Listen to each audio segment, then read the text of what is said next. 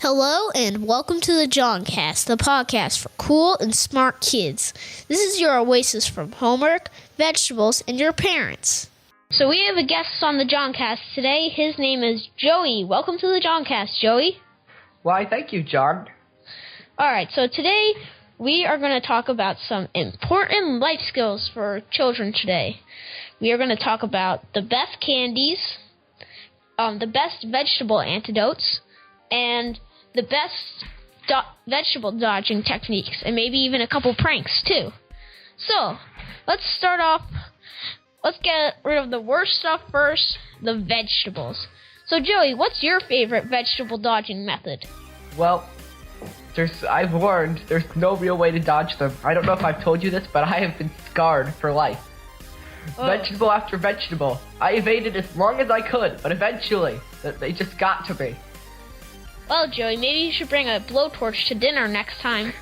That always helps. I tried that. It didn't quite work as expected. But I have found that if you drink lots of water, the vegetable taste just goes away. Yeah.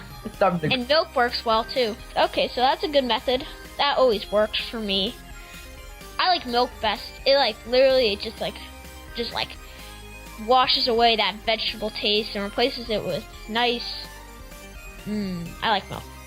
So, my favorite vegetable dodging technique is the humble slide vegetables onto your sister's plate when nobody is looking. It works great every single time.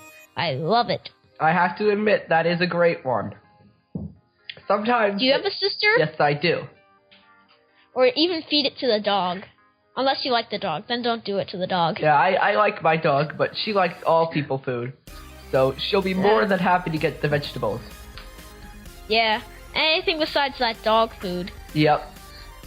Well, recently I reviewed the Bean Boozled jelly beans, and once I tried the canned dog food, it was so disgusting. If that's what dogs have to eat, well then... a dog, I would want people food, even vegetables, all the time. Dog food is the worst. Yeah. Have you eaten actual dog food? Yes.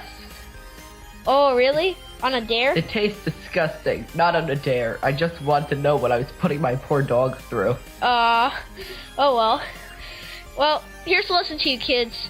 Take it from us, canned dog food is disgusting. Even though it has meat, even if you like meat, it's just disgusting. It's like eating a meat Cheerio. Yep. Alright, I think that sums it up pretty well. So yeah, don't feed your vegetables to the dog, that's inhumane. Feed it to your sister or little brother instead. Yep. And besides, they'll grow up big and strong, they'll thank you, right? Yeah. Remember, animal rights. You can't hurt the animals. Just give it to the people. It's a far better idea. Yeah. No animal should have to suffer vegetables. Alright. Joey, what's your favorite candy? Reese's Peanut Butter Cups. Me too. I reviewed that on the Johncast too. My second favorite candy is a Snickers bar. I love Snickers. You do? Yes, they're great. But I like the Three Musketeers better. The Three Musketeers doesn't have enough peanuts for me. I really like peanuts in my candy. You're a peanut kid? Yeah. For those of you who don't know, Snickers is a delicious treat. It's a chocolate bar, but it really looks like somebody's stool sample. But it's got caramel, nougat, and peanuts inside of it. It is really good. And Joey, what's in the Three Musketeers again? I can't remember. Virtually the same things, except without more caramel, less peanut butter. Ah, okay. And they're all the same. I like Twixes too. Twix is good, very good. It's like caramel on biscuit covered in chocolate. Yep. I really like that stuff. Yeah. And have you tried Milky Ways? I have tried Milky Ways. They taste almost identical to Snickers. Yeah.